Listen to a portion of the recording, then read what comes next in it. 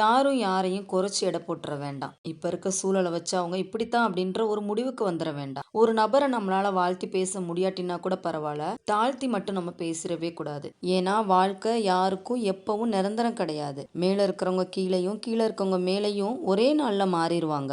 அதனால முடிஞ்ச வரைக்கும் நம்மளோட எண்ணங்கள் செயல்கள் எல்லாமே நல்ல விஷயங்களை நோக்கியே இருக்கட்டும். நான் சொன்ன இந்த விஷயம் பிடிச்சிருந்துச்சுன்னா இந்த வீடியோக்கு ஒரு லைக் கொடுத்துட்டு உங்களோட ஒப்பீனியனை எனக்கு கமெண்ட்ஸில் சொல்லிடுங்க. உங்களோட கஷ்டங்களை யாருக்கிட்டையும் சொல்லாதீங்க. நீங்கள் மற்றவங்க கிட்ட சொல்கிறதுனால உங்களோட கஷ்டங்கள் குறையும் அப்படின்னு நீங்கள் நினச்சிங்கன்னா அது கண்டிப்பாக உங்களை நீங்களே ஏமாற்றிக்கிறதுக்கு சமம். நமக்கான ஆறுதலும் மாறுதலும் நம்மக்கிட்ட தான் இருக்குது அப்படின்றத நம்ம உணரணும். வாழ்க்கையில் எதுவாக இருந்தாலும் சரி கலங்காதீங்க. எதையும் எதிர்கொள்கிறதுக்கு உங்களை நீங்களே தயார்படுத்திக்கோங்க. இந்த ஒரு விஷயத்தை மட்டும் நம்ம உணர்ந்தா போதும். கஷ்டங்கள் தான் வாழ்க்கையில் அடுத்தடுத்த யோசனைகளை கொடுக்கும். கஷ்டங்கள் மட்டும் இல்லை அப்படின்னா நம்ம வாழ்க்கையில் முன்னேறணும் அப்படின்ற எண்ணமே இருக்காது. வாழ்க்கையில் நிம்மதியாக வாழணும் அப்படின்னா தேவையில்லாத எண்ணங்களை தூண்டிவிடக்கூடிய சில நபர்களை சந்திக்கிறதையும் அவங்கள பற்றி சிந்திக்கிறதையும் நம்ம நிறுத்தணும். ஏன்னா நம்மளோட மனசு எப்பயுமே நம்மளை விட மற்றவங்களுக்காக தான் அதிக நேரத்தை செலவிடுது. அதை எப்போ நமக்கானதை நம்ம மாற்றுறோமோ அப்போ தான் நம்மளோட வாழ்க்கையில் நிம்மதி அப்படின்ற ஒன்று நமக்கு கிடைக்கும்.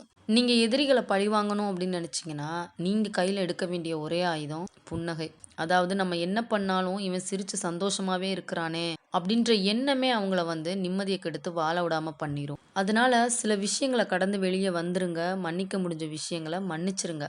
ஏன்னா சில நேரங்களில் நம்மளோட மன்னிப்பு அப்படின்றது பழி வாங்குறத விட அதிகமான வழிகளை கொடுக்கும் அவங்களுக்கு. நம்ம வாழ்க்கையில் பிரச்சனைகள் அப்படின்றது ஒரு கல் மாதிரி. அதை கண்ணுக்கு பக்கத்தில் வச்சு பார்த்தோம் அப்படின்னா நம்மளை சுற்றி நடக்கக்கூடிய எல்லா விஷயங்களையும் அது மறைச்சிரும். அதையே கொஞ்சம் தள்ளி வச்சு பார்த்தோம் அப்படின்னா ஒரு தெளிவு கிடைக்கும்.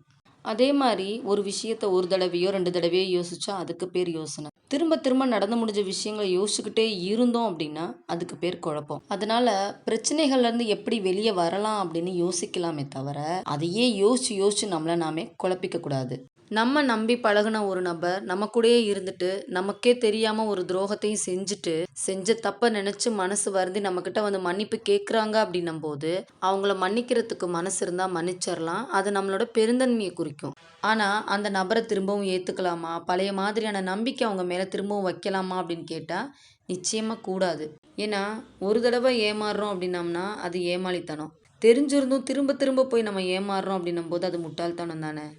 நம்ம எல்லாத்தோட மனசுலையுமே ஓடிக்கிட்டு இருக்க 2 பொதுவான விஷயங்கள். 1, நம்மளும் வாழ்க்கையில் எப்படியாவது முன்னேறணும் அப்படின்ற ஒரு உயர்ந்த எண்ணம். 2, எவ்வளோ ஒரு இக்கட்டான சூழலாக இருந்தாலும் இறைவனை தவிர வேற யார்கிட்டையுமே கையேந்திரக்கூடாது அப்படின்ற ஒரு மன உறுதி. இந்த 2 விஷயங்களும் நம்மளோட வாழ்க்கையில் நடக்கணும் அப்படின்னா இறைவனை வணங்கணும், பொறுமையோடு சேர்ந்த முயற்சியும் வேணும். அதனால முயற்சி எப்பயுமே நம்மளோட தான் இருக்கட்டும். முடிவு இறைவன் கையில் விட்டுருவோம். இறைவனோட நாட்டம் இருந்துச்சு அப்படின்னா நிச்சயமாக நமக்கு நல்லதே நடக்கும். கோபத்தில் ஏழையாக இருங்க, அன்பில் பணக்காரனாக இருங்க. எது உங்களை நோக்கி வருதோ அதை அனுபவிக்கிறதுக்கு கற்றுக்கோங்க. வாழ்க்கை இனிக்கும். அடுத்தவங்க மேலே பழி போடுறது ரொம்ப சுலபம். ஆனால் அதே பழியை நம்ம சுமக்கும் போது தான் தெரியும் அடுத்தவங்களோட வழி என்ன அப்படின்றது. நான் சொன்ன இந்த விஷயங்கள்லாம் பிடிச்சிருந்துச்சுன்னா இந்த வீடியோக்கு ஒரு லைக் கொடுத்துட்டு உங்களோட ஒப்பீனியனை எனக்கு கமெண்ட்ஸில் சொல்லிடுங்க.